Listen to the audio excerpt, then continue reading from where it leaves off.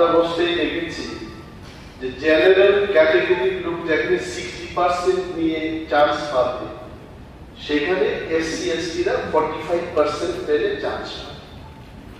তো গেস্ট হাউসের বেলায় কি এগুলো প্রযোজ্য যে জেনারেল গেস্ট হাউস খুব উন্নত মানের হবে আর ট্রাইবাল গেস্ট হাউস এখানে লেট্রিন করে ওয়াশরুমে ঢোকা যাবে না, বিছানার ব্যবস্থা ভালো নেই, আবার দিলেন নাই? আমি মাননীয় মন্ত্রী মহোদয়ের কাছে জানতে চাইব ও আগরতলাও যে রেস্ট হাউস সম্মানী ও রেস্ট হাউস সব ভিজিট ক্লাই এবার সরকার ভিজিট ক্লাই বলে যথাযথ ব্যবস্থা মগ জেনারেল ক্যাটাগরি নিয়ে আহাই রেস্ট হাউস ক্লাইনারি পরিকল্পনা তাঙ্গি আমি আনলাই আবার নিজের খেলা করছি। আমি I am not asking for VIP যে আগরতলা শহর বা কোন জায়গা ভিআইপি ব্যবস্থা দিতাম। আমি প্রশ্ন আবই আছে সাধারণ জনগণ আমি অভিজ্ঞতা এখানে দশরথ ভবন তবন বড় জিবিয়া একটা টিম করুন। আমি বলছি টিম করে চলুন এখন চলুন আমরা গিয়ে সেখান থেকে একেবারে নোংরা এখন যদি ঢুকি আর লাঞ্চ আমি করবো না এই দুর্গন্ধ।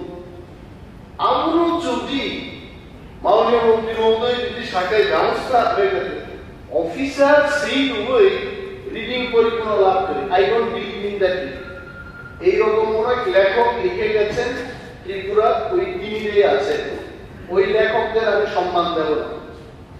মান নাই নাই আমি সমন্ত্রী থাকলাই আসবে বাকি বরফ পাবেন 25টা এসটি দের টাকায় মানে এসটি ডিপার্টমেন্টের টাকায় একটা গেস্ট হাউস হলে সেখানে মন্ত্রী রতনলাল দাস মহোদয় গিয়ে ব্যবহার করতে পারবেন না? করতে পারে। এ চাইলে অন্যান্য ব্যক্তিরাও সেখানে গিয়ে ব্যবহার করতে পারে। ও ব্যবস্থা ক্লাইন্টের বাড়ি আমি ধন্যবাদ জানাই মাননীয় বিধায়ক মনোজ কান্তি দেব মহোদয়কে যে উনি একটা কনসার্ন দেখিয়েছেন। মাননীয় মন্ত্রী মহোদয়ের উচিত যে ইয়েস এটা আজ না হয় কাল হোগা এই আশ্বস্ত করা উচিত মন্ত্রী মহোদয়েরা।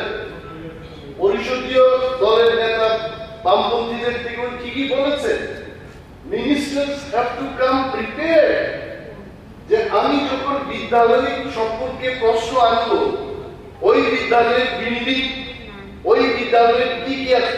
This is the system, this is the system.